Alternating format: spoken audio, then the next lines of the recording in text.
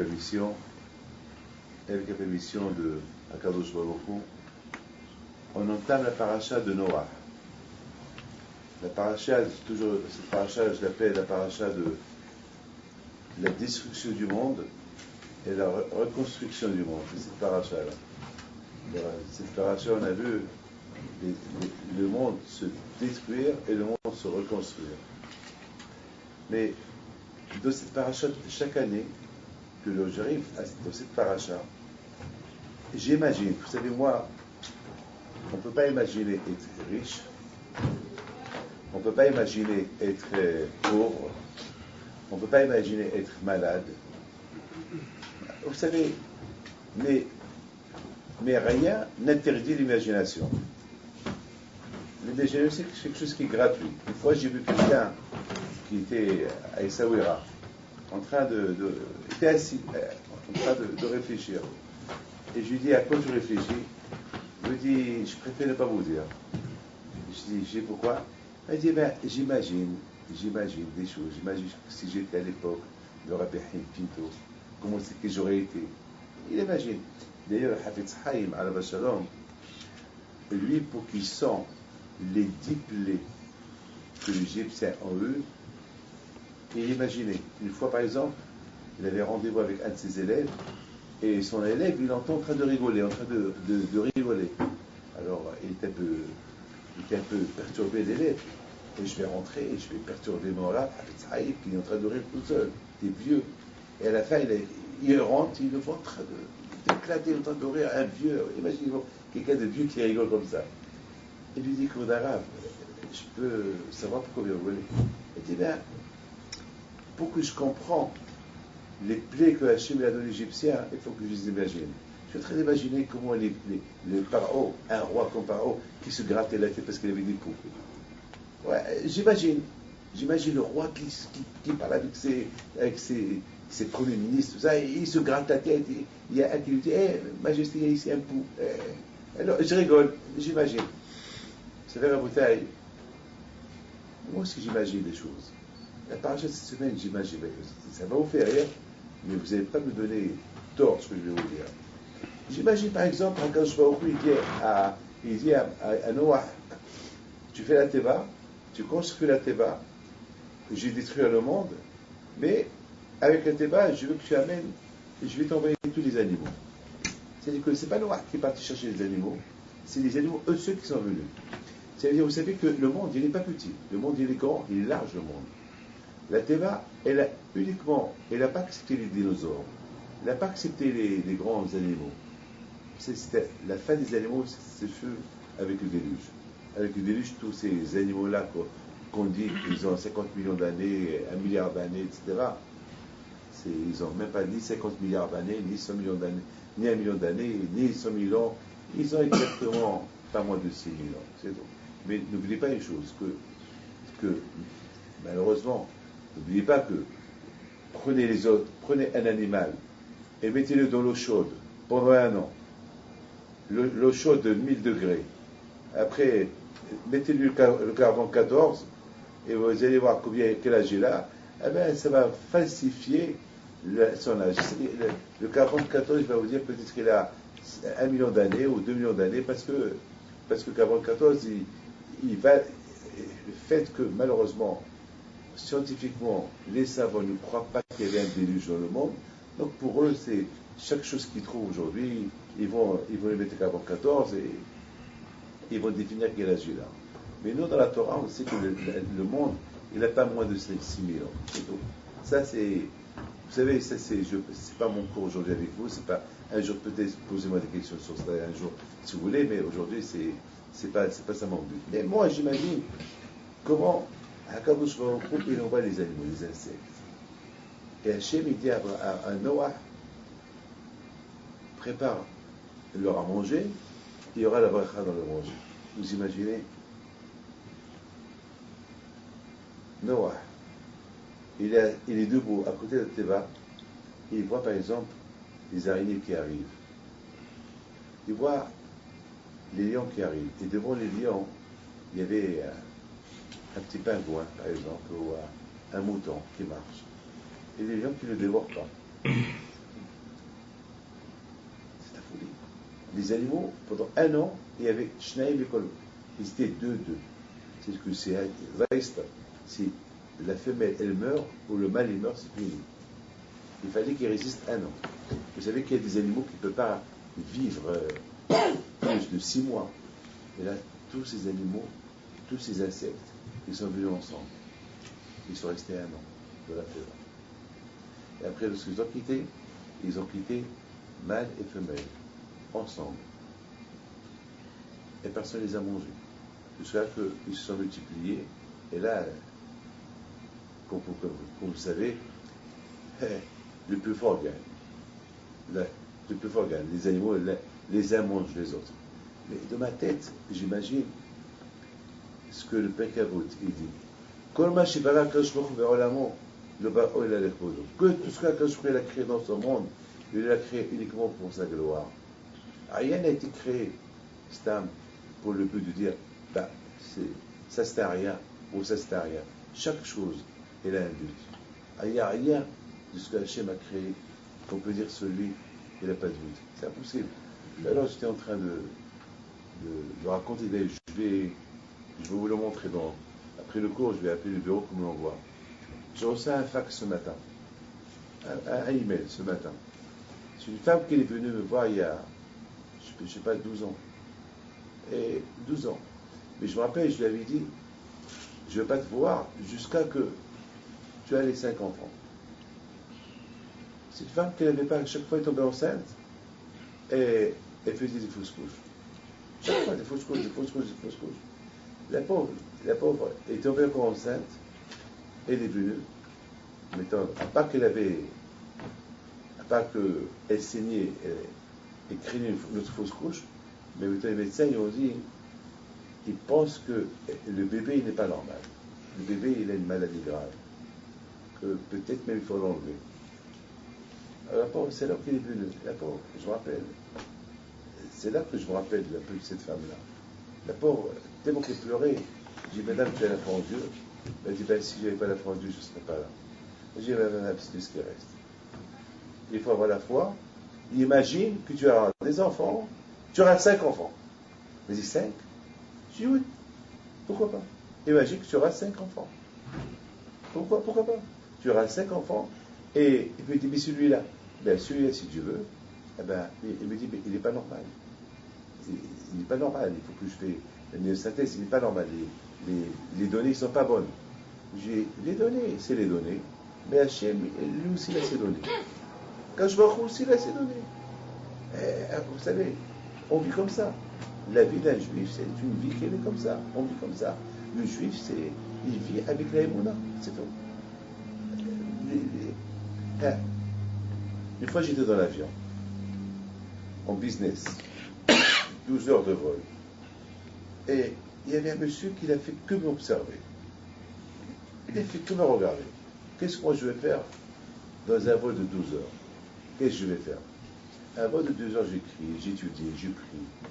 Voilà, qu'est-ce que je vais faire? Je ne veux pas voir la télévision, je ne veux pas voir des films, je ne vais pas manger leur manger. Et eux, ils mangent de n'importe quoi. Et ils voient que je mange à chaque fois. On me propose à manger, je dis non. En plus, j'avais oublié de réserver le repas caché. De toute façon, même lorsque je réserve le repas caché, je prends le mien. Le repas caché, beaucoup de fois, beaucoup de fois, ils sont pas. C'est toujours, malheureusement, c'est du congelé, c'est pas. Tu vois, le repas, c'est bon, mais d'autres voyages, d'autres compagnies, c'est vraiment congelé. Et pourquoi ils te disent toujours, on s'excuse, Bon, on a l'habitude. Je préfère prendre mon repas, mon sandwich, et je le mange tranquillement. Je sais que c'est pas congelé, je sais que c'est propre, et je suis tranquille. Pourquoi ils manger quelque chose qui peut me rendre malade? Et chaque fois, alors, à tel point que l'hôtesse, elle avait de la peine pour moi. Parce que non seulement je ne vais pas commander de repas cachère, mais surtout, elle voit qu'elle sert à tout le monde, et surtout, celui qui est à côté de moi, il fait que manger, que boire, et moi, elle me propose, je dis chaque fois merci. Parce que j'étais gêné de lui dire merci, j'ai fait le semblant que je dormais. Parce qu'elle était gênée, j'étais gêné moi aussi. Et à la fin, ce monsieur qui était à côté de moi, il dit, mais je ne comprends pas, comment vous refusez à tout ça? Tout ce bon manger, vous le refusez?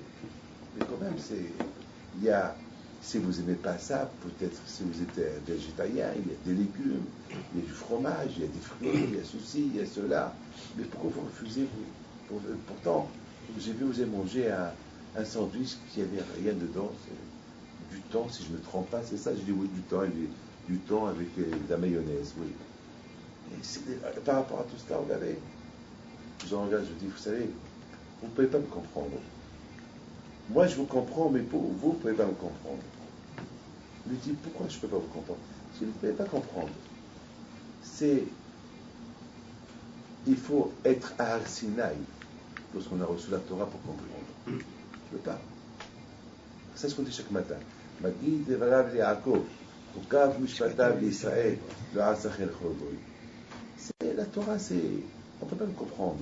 Personne ne peut le comprendre. Parce qu'il y a des choses qui ne sont pas logiques. La religion juive, elle n'est pas logique. Il y a ce qui est logique. Ne vole pas, ne tue pas. C'est logique. Mais il y a beaucoup de choses qui ne sont pas logiques. Ne touche pas une femme, qu'elle est nida. Ta femme, c'est ta femme, ta propre femme. Non. D'accord, les relations, disons, c'est pas propre, c'est pas bon, mais la toucher, oui, le mal, tu la touches. Non, tu la touches pas. Beaucoup de fois, ils ne comprennent pas pourquoi ne pas mélanger ceci et cela. Ils ne peuvent pas le comprendre, je les comprends. Moi, par exemple, on vient de passer la fête de Sukkot. La fête de Sukkot, c'est quelque chose de merveilleux. C'est quelque chose qu'on ne comprend pas. C'est quelque chose qu'on ne comprend pas. Par exemple, et je voudrais bien vous dire quelque chose. Il y a une histoire qui circule. Il y a une histoire qui circule. Une très belle histoire qui circule. Je l'ai racontée souvent.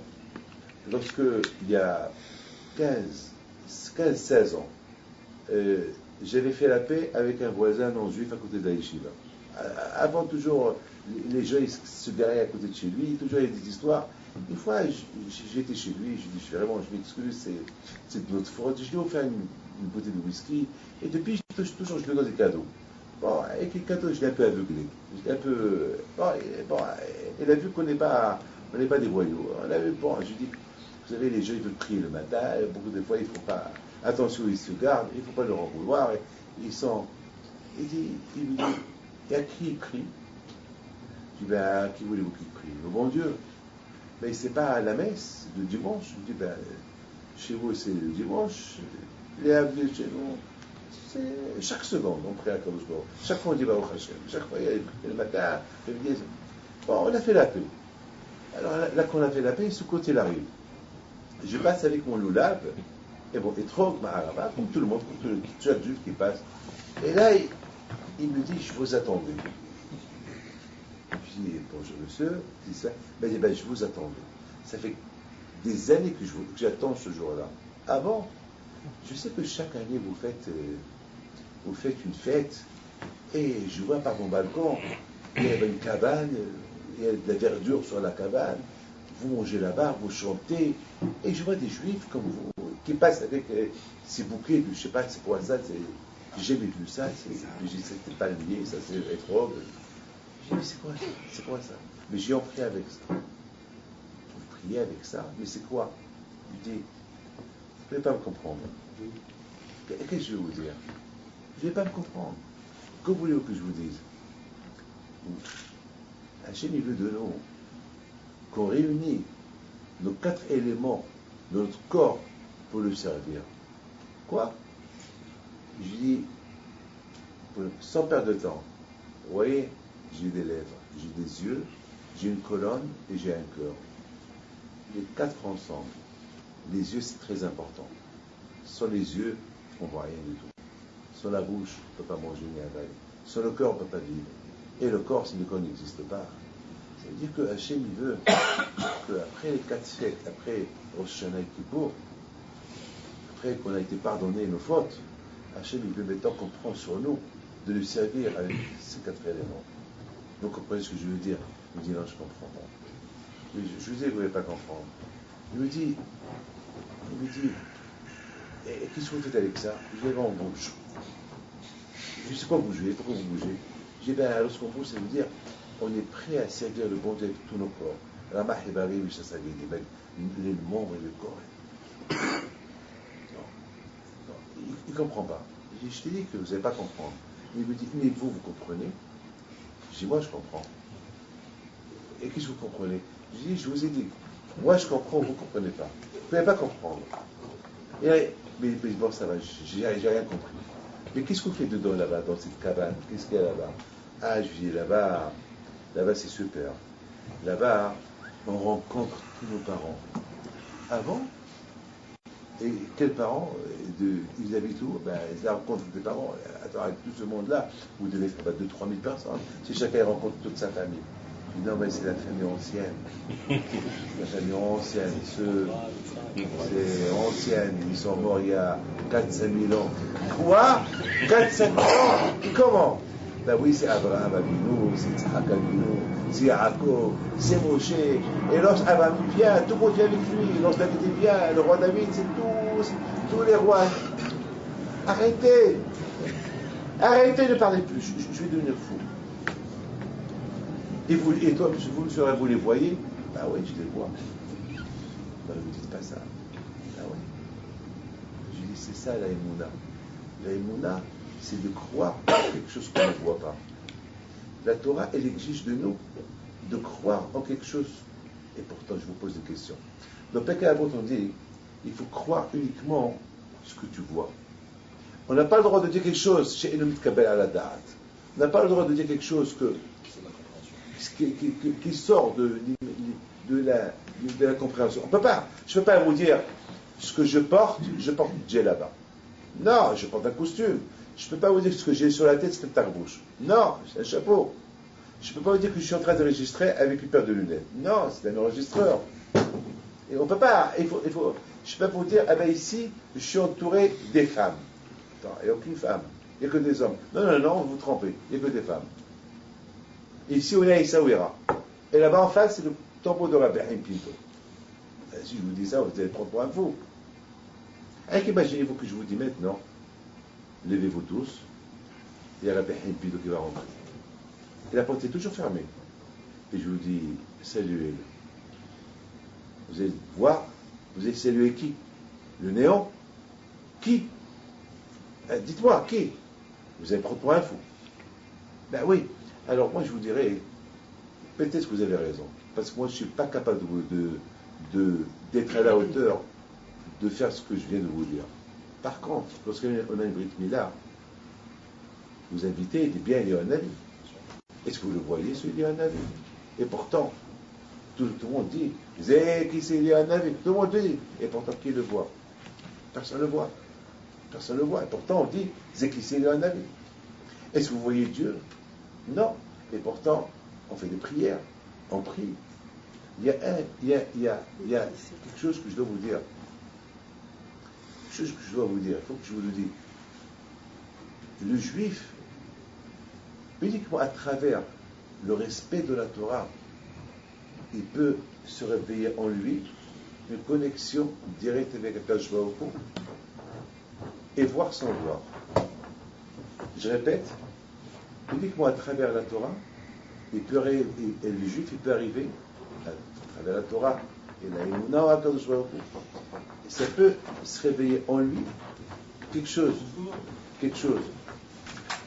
qui va voir mais sans la voir, ou voir sans qu'il voit.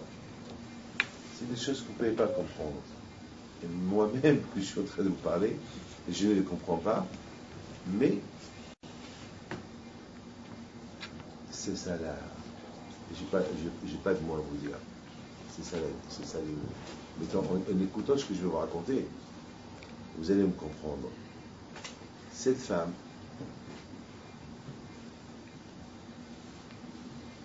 je ne l'ai plus revue. Je l'ai plus revue pendant 12 ans. Elle est venue me voir avant-hier. Et ce qu'elle m'a raconté, c'était tellement puissant. J'ai dit, madame, faxe-moi un email, envoie-moi un email, raconte-moi ça, parce que à qui je vais raconter ça? Si je raconte ça à quelqu'un, il va me prendre pour un fou. Et je veux que tu me l'envoies. Je sais que. Je vais dire, Abidaïus, je viens vous dire, vous m'avez dit, vous aurez des enfants. Elle me dit, tout d'abord, lorsque j'ai quitté votre bureau, je me sentais que j'allais m'étrangler. J'avais mal au ventre. Je sentais qu'il y avait quelque chose qui se faisait dans mon ventre. Il y avait quelque chose qui s'arrachait. tout changé.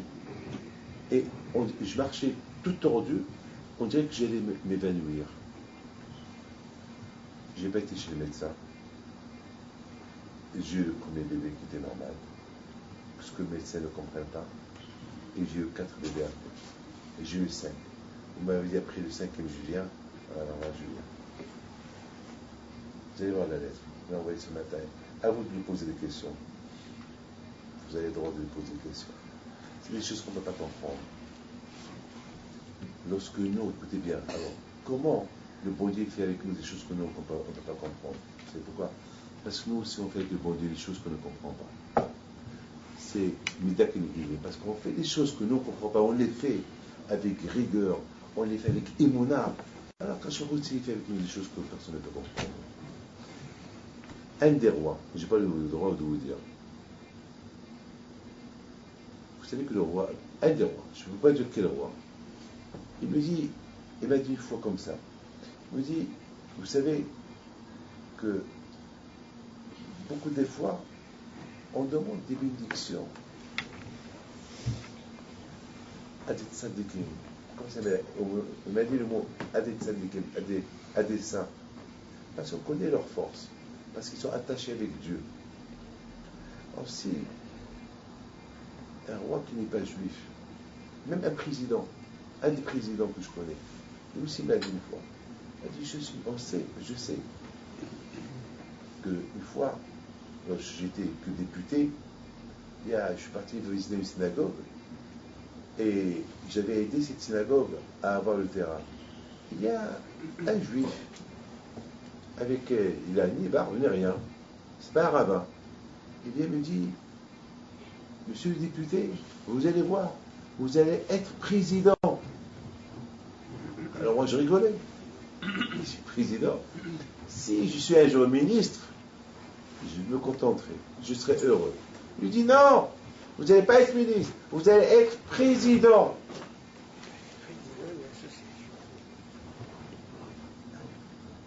C'est ça la Mouna.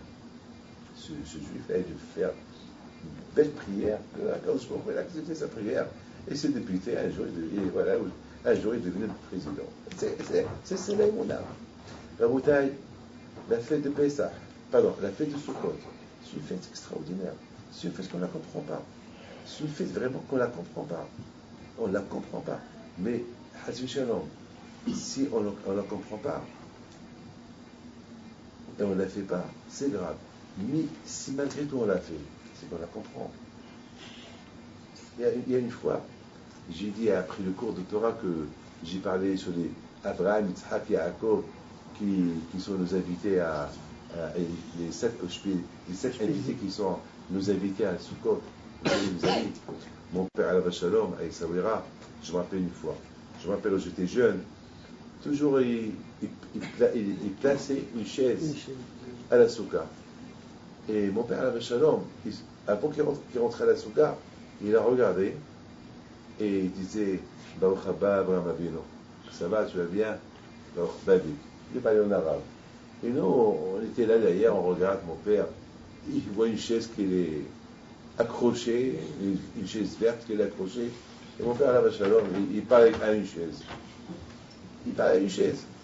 Et au fur et du temps, un jour, on lui pose la question. Papa, tu as vu Abraham, Yitzhak, Yaakov? Il nous dit, et toi, tu l'as vu? Je dis, papa, moi, j'ai rien vu. Il dit, bon, un jour, tu vas voir. Aujourd'hui, j'ai 60 ans, j'ai vu, j'ai rien vu. Et mon père, il a vu, lui aussi, il n'a rien vu. Alors, qu'est-ce qu'il a vu? Avec qui il parlait? Avec du néant? Non. Non. C'est ce qu'on appelle la vraie imagination. La Torah est tellement vraie, elle est c'est pour ça que la Torah elle s'appelle Emet. Parce que la Torah elle s'appelle Emet, elle s'appelle vrai. Lorsque tu l'imagines, tu imagines du vrai. Si la Torah n'était pas Emet, ah ben, tu ne l'aurais pas imaginé. Et elle ne serait pas retenue dans ta tête. Il y a comment ça s'appelle, cette femme-là, cette femme-là, cette histoire qu'elle m'a racontée, ça m'a beaucoup perturbé. Beaucoup perturbé. Comment cette femme, Elle a eu 5 enfants. Le bébé, il a senti qu'il changeait dans son ventre. Un changement dans son ventre. Comment tout ça? Comment La émouna. La émouna, comment le médecin lui dit, fais la myosynthèse, le médecin lui dit, tu as un bébé trisomique, il est complètement, il faut l'enlever. Moi, je lui fais ni scanner, je lui fais ni RR, je lui fais ni échographie, rien du tout. Je lui dis, n'aie pas peur, va. Au moins que je lui montre des photos, au moins que je fais quelque chose pour lui montrer, pour la rassurer. Rien, j'ai rien dit. J'ai rien montré, c'est un rejet de parler. Magid et Rav Yaakov. Les paroles d'Hachem. C'est les paroles d'Akadosh Baruch Hu. Magid et Akadosh Baruch Hu.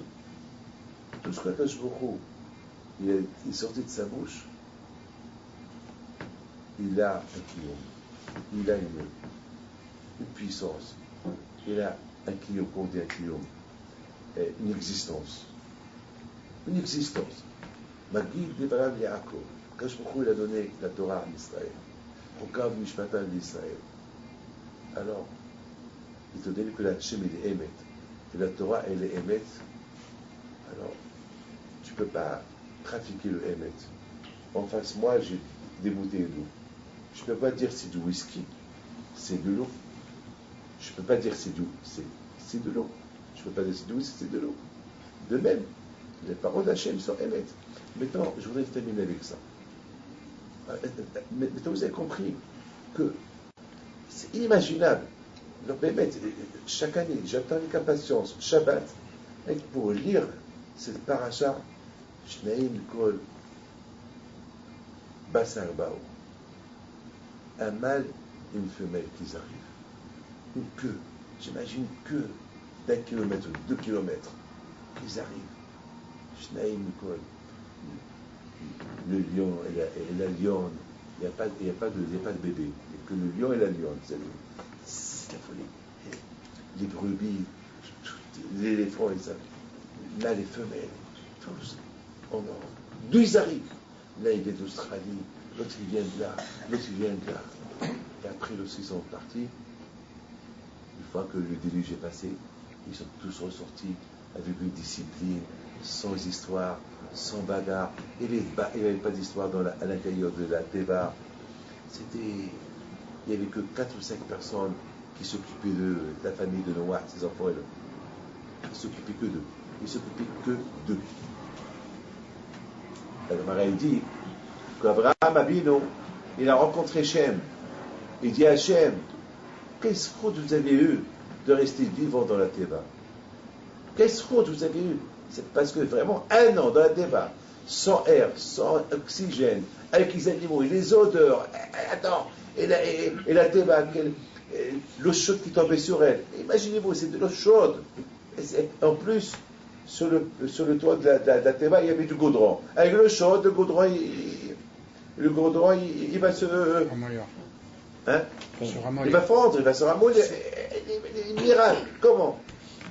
Vous savez qu'est-ce qu'a répondu Shem à Abraham?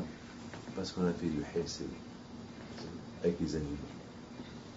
Alors Abraham il a dit, si Shem et son père et ses frères, ils ont survécu le déluge à coup de hesed, alors si moi je fais du hesed qu'ils ont fait avec les animaux, alors si moi je fais du hesed avec les êtres humains, je leur montre le chemin de Dieu, et je leur donne à manger, à boire, bien sûr je vais apporter un kiyum, une existence au monde. On a c'est libanais. C'est extraordinaire. Vous savez, il y a un midrash qui termine avec ça. Il y a un midrash qui dit comme ça, que David Améler est devenu fameux avec la guerre de Goliath. Mais écoutez ce midrash, il est extraordinaire. David Améler, il rencontre comment il est devenu fameux. À l'époque, il était incognito. C'est vrai, Shmuel, il l'a couronné comme roi, mais personne ne le connaissait. Il était incognito. Maintenant, le moment est venu qu'ils sont connus. Alors, comment? Il y a eu une guerre entre les Philistines et Am Israël. Et Shaoul, le roi Saül, il avait des gens qui l'entouraient, les soldats qui l'entouraient, c'était des Shimshon, des gens très forts, comme Avner Ben Ner, La Gemara, il dit qu'Avner Bener était tellement fort qu'une fois il a dit, si j'ai un endroit où je peux me mettre en dehors du monde, je peux bouger le monde.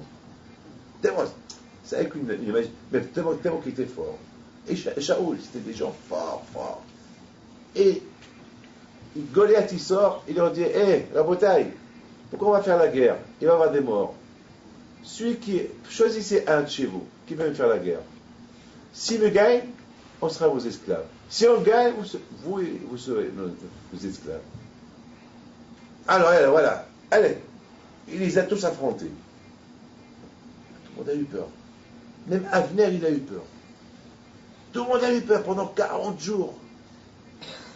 Le matin, à l'heure de Kriyat Shema, Goliath il sort, il insulte Dieu. Au moment que j'ai fait Kriyat Shema, Goliath il sort, il commence à insulter. Il a perturbé les Juifs pendant 40 jours. Entre-temps, David, il arrive. Il voit que la guerre n'est pas terminée. Qu'est-ce qui se passe? Quoi, la guerre n'est pas terminée quand c'est Pélichtim? Non, parce que il faut qu'on trouve quelqu'un fort. Parce qu'on a ce Goliath-là, il nous affronte. Il dit que on est faible si on n'envoie personne lui faire la guerre. Maintenant, on ne trouve personne. Et le roi Shaoul, il a promis sa fille à celui qui fait la guerre. Il a promis sa fille à celui qui fait la guerre, etc., etc. Il David Amelech, il dit, quoi? Répète-moi, qu'est-ce qui se passe? Répète-moi, qu'est-ce qui se passe? Qu'est-ce qu'il a dit le roi Shaoul? Monsieur, qu'est-ce qu'il a dit le roi Shaoul? Celui qui gagne ce Goliath-là. Qu'est-ce qu'il a dit le roi Shaoul? Le roi Shaoul, il a dit, ah bon? Il a commencé à demander à tout le monde. Parce que tout le monde parle. Ah bon? Moi je vais aller. Il est de la mêlée. Il s'est emballé. Tout le monde est venu chez le roi Saül. Il y a un que finalement, il veut faire la guerre à Goliath. Et qui était Goliath? C'était son neveu. Et le Goliath, c'était le fils de Orpha. Et David, c'était le petit-fils de Ruth. Ils étaient deux sœurs. Et Charles lui dit, mon fils, toi tu es bébé, tu es jeune, tu n'avais pas 30 ans, tu ne veux pas aller faire la guerre, tu n'avais pas 25 ans, regarde, il mesure 4 mètres, regarde quelle armure, regarde qu'est-ce qu'il porte. Il dit, mais majesté, mais c'est pas possible, mais vous le voyez comment il insulte le bon Dieu, mais je m'en fous qui fait 4 fois ma taille, moi j'ai fait la guerre. Pourquoi celui qui me fait la guerre? C'est le bon Dieu qui fait la guerre. Pourquoi c'est nous qu'on fait l'argent? C'est Hachem qui nous le donne. Pourquoi la santé, c'est nous qu'on se fait la santé? C'est Hachem qui nous la donne. Pourquoi c'est nous qu'on fait la femme? C'est Hachem qui nous la donne. Qu'est-ce qu'on fait, nous? Allô? C'est Hachem. Qu'est-ce qu'on a fait? Si vous voulez bien travailler, si vous voulez réussir, il faut prier à Hachem. C'est pas parce que, ne croyez pas parce que vous êtes intelligent, ouais. Ça ne veut rien dire. Ça ne veut rien dire. L'intelligence, c'est zéro. Tout vient, il faut être convaincu que tout vient de Akadosh Baruch Hu. C'est lui qui donne tout, la santé, l'argent, tout. Il faut avoir cette conviction. Tout vient que de Akadosh Baruch Hu. Au moment qu'Akadosh Baruch Hu il décide quelque chose, ça se décide. Mais quand le Mashiach a Akadosh Baruch Hu, tout ce que Hachem a créé que pour lui donner des éloges de sa gloire. Et c'est la raison pourquoi il nous a choisi, il nous a donné la Torah, pour qu'à travers cette Torah-là, on le représente, qu'on soit ses ambassadeurs dans le monde. Bon, Shaoul, il dit, bon, tu veux faire la guerre? Allez. Ah, mais tu sais, mais tu ne peux pas aller comme ça. Tu es habillé comme un petit clochard, là. Tu es habillé comme un berger. Bon, attends, écoute, tu vas mettre mes vêtements. Et mes vêtements, on va les tailler. C'est une armure de fer. On va les tailler pour voilà mon épée. Les majestés. Une fois qu'il les a mis, il dit, je ne veux pas qu'il croie ce fou-là que si je le gagne, c'est grâce à mon armure que je l'ai gagné. Et il lui dit, mais Shaoul lui dit, David, mais tu vois comment il a vu en fer. C'est du fer. Et toi tu es petit, il te dit 4 fois ta taille. Comment il te donne, il va souffler sur toi, il va t'envoler. Allez, majesté, qui te dit qu'il va m'envoler? Il lui dit, mais si tu mets du fer, c'est du poids. en toi, Majesté.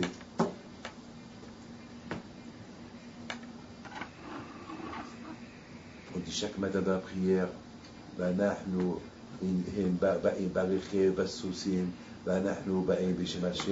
eux ils viennent avec des tanks, des avions, avec des missiles, et nous on vient avec un petit talit katan, avec le nom de Akadosh Baruch Hu, l'Emunah. La guerre. Regardez les Américains, combien de fois ils ont perdu la guerre? Regardez en Afghanistan, regardez même en Irak. C'est pas les superpuissants qui gagnent la guerre. C'est Hachem qui gagne la guerre pour gagner la guerre. La guerre, c'est Hachem qui décide. C'est Hachem qui décide qui gagne la guerre. C'est pas avec les armes qu'on gagne la guerre. C'est pas avec les armes qu'on gagne la guerre. La bataille, David il sort faire la guerre contre Goliath. Écoutez bien, là j'arrive. Il prend des petites pierres. Il prend avec lui un lance-pierre. Hein? Un tire-pierre, tu vois. Ouais, on avait avec Saouira.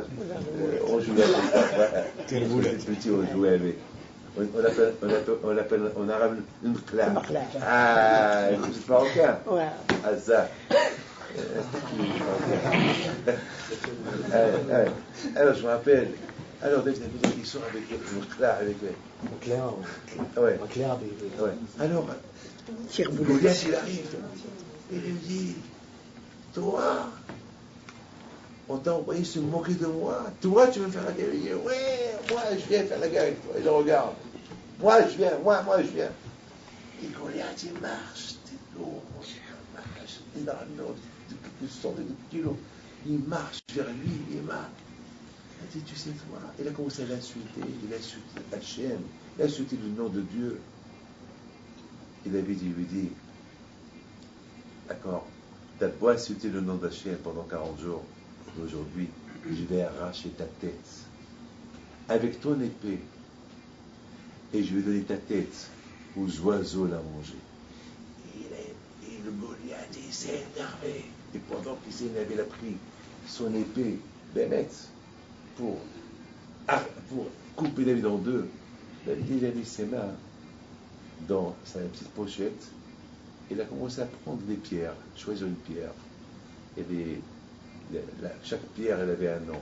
C'est pour Abraham, c'est pour Moshe, Abraham, Isaac, Yaakov. Alors, je vous en prie.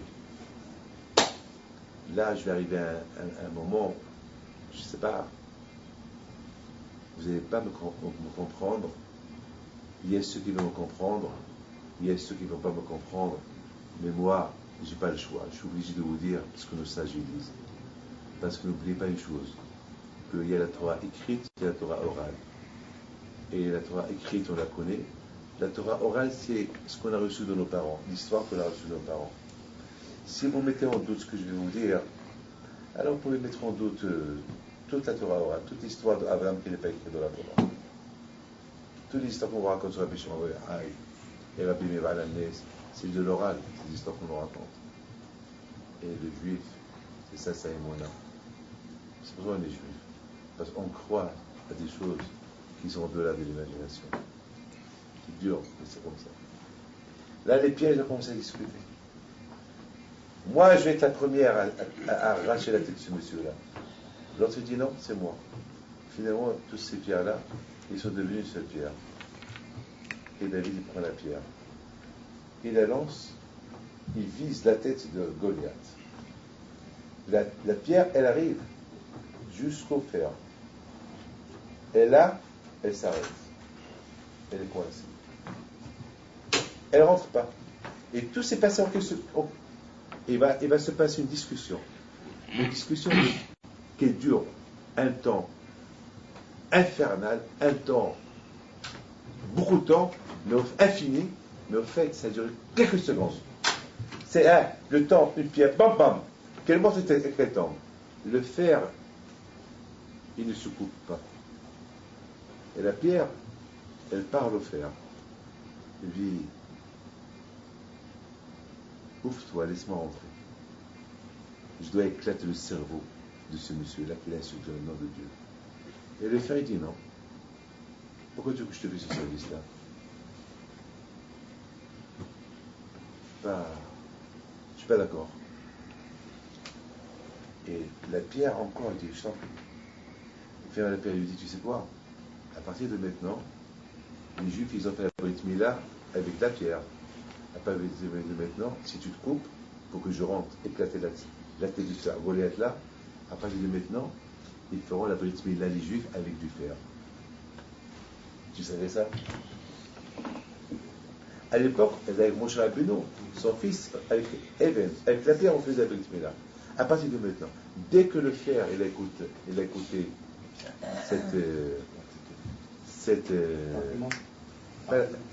cette offre de la pierre, il s'est ouvert, la pierre elle est rentrée, elle a tué Goliath, et Goliath il est tombé, il est mort. C'est ce que nos sages racontent. Mais moi j'ai rien compris tout ça. Vous avez compris ça? Est-ce que c'est maintenant que la pierre est en discussion avec le fer? Est-ce que le fer il n'a rien à faire que le fer? Attends, le fer, tu as ici un monsieur qui laisse le nom de Dieu. Tu as ici un qui risque sa vie à être tué. Et maintenant tu ne veux pas. Et tous ces 5 pierres sont devenus une pierre. Vous voyez, il y a un miracle. Qu'est-ce que tu es en train de discuter? Non, je n'ouvre pas. Il a fallu qu'il te charrie avec. Qui va te céder sa place pour que, avec toi, on va faire la Brit Mila, c'est là que tu cèdes. C'est le moment. Écoutez bien. Écoutez bien. Il faut que chacun de vous il sache une chose. Écoutez bien. Tout ce que Hachem a créé dans son monde, il a créé que pour son kavod. Le fer qui portait Goliath, il en voulait aux Juifs. Il en voulait aux Juifs. Ce fer-là, c'est une armure de Goliath.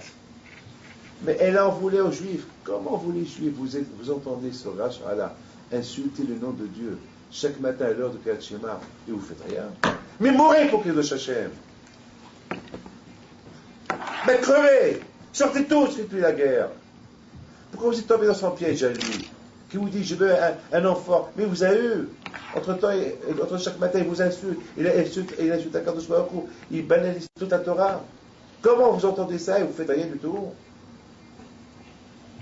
Vous suivez l'argument qui vous a proposé. Envoyez-moi un qui me fait la guerre. Donc quelque part le faire. Il a dit non. Ça ne mérite pas que je leur fasse un miracle. Pourquoi vous voulez que je me coupe et qu'il y ait ce miracle-là? Je ne suis pas d'accord. Alors la pierre. Et en plus, le fer, il a notre argument. Mais c'est ça l'alliance qu'il y a entre Dieu et les Juifs. Il y a une brite. Que lorsqu'il y a cette brite, ça veut dire que les Juifs, ils ont une alliance. Ils ne peuvent pas. Ils ne peuvent pas se permettre d'entendre des insultes sur son nom et ils acceptent. Alors là, la pierre, il dit, écoute, c'est pas le moment qu'on discute. Les arguments, ils sont super. Monsieur le Fer. Les arguments, ils sont super. J'accepte les arguments. Mais maintenant, c'est pas le moment qu'on fait des arguments. Jusqu'à maintenant, on faisait la Brit Mila avec la pierre. À partir de maintenant, ça sera peut-être avec le fer. Peut-être la Brit Mila avec le fer, elle va être plus efficace qu'une Brit Mila faite avec la pierre. Alors lorsque le fer a entendu cet argument, il dit bon, puisque je vais servir à ce qu'il va avoir par rapport à moi, il y aura une alliance entre les Juifs et à Kadosh Baruch Hu, alors je cède, je m'ouvre. Alors écoutez, c'est que la moralité de ce que je suis en train de vous raconter. La moralité est extraordinaire. Si le domaine, ça veut dire minéral.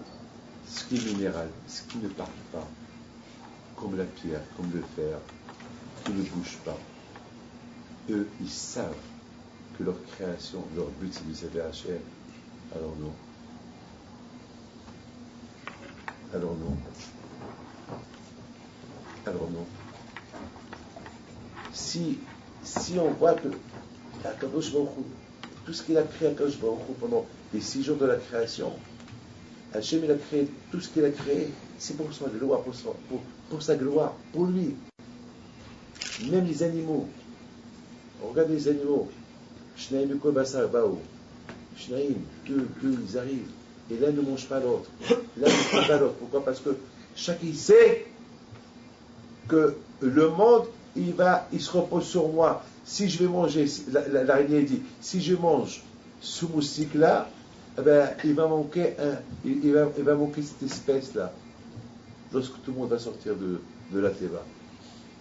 Si les animaux, ils ont compris que le fait qu'ils ont été invités à rentrer dans la Teva, c'est pour la survie du monde, c'est pour peupler le monde, alors la plus grande raison que l'homme, s'il est resté vivant, c'est non seulement pour peupler le monde, mais pour peupler le monde au service d'Hachem.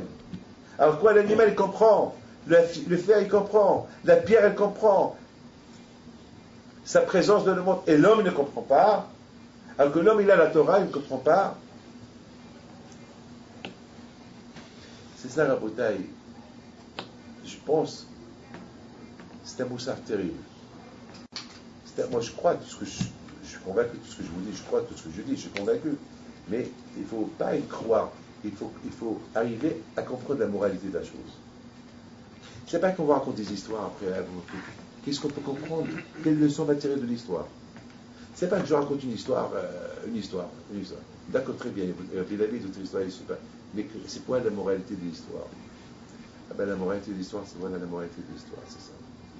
Mes amis, qu'Hachem, il vous donne à vous tous la santé, bracha, vetzlaha, l'autre gouf, quel est la tzon, qu'Akash Baruch Hu, il vous ouvre les portes, ve'ezat Hachem. Amen. Rentrez dans la soukha, on ne voit pas Abraham Avinu là-bas, mais il est là-bas. On ne va pas Yitzhak Yaakov, il est à tes portes, on appelle la fête de Sukkot, Zman Simchatenu, la fête de la joie. La joie, c'est que je vois des choses. Mais la joie, tu me dis que mes grands-parents sont là et je ne les vois pas. Eh bien justement, la joie, c'est qu'on doit arriver à croire à ce qu'on n'est pas en train de voir. Il y a à avoir cette émouna, cette conviction de la chose. C'est ça la bouteille. Qu'est-ce qu'on dit dans la paracha? Le carter, la chèvre, le premier jour de la fête, il faut prendre. La Gemara pose une question. Le premier jour, le premier jour du mois? Pourquoi c'est le premier Tishrei? C'est le Kaj Tishrei. C'est quoi le carter, la chèvre? Il faut prendre le premier jour. On dirait, il faut prendre le premier jour de Tishrei. Mais le premier jour de Tishrei, c'est Rosh Hashanah. Le premier jour de Tishrei, c'est pas Sukkot. C'est quoi le carter, la chèvre, Rishon?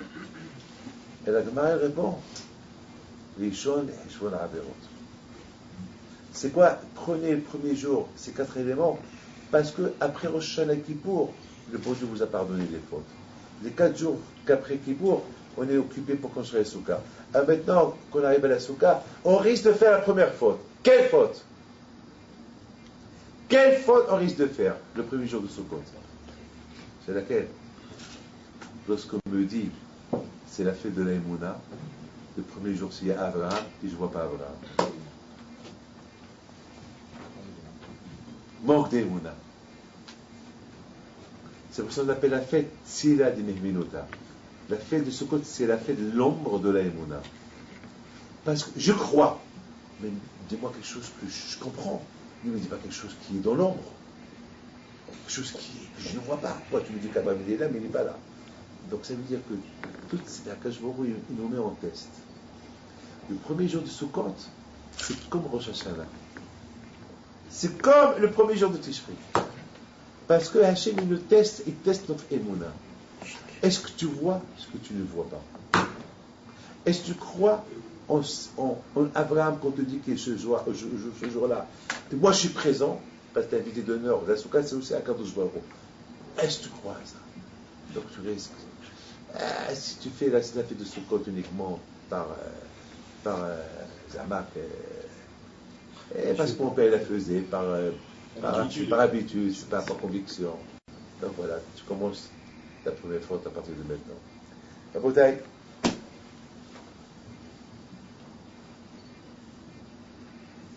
Bisrot la Berkin Pito. Hachem vous protège. Amen. Et prenez exemple du fer. Tu s'est énervé.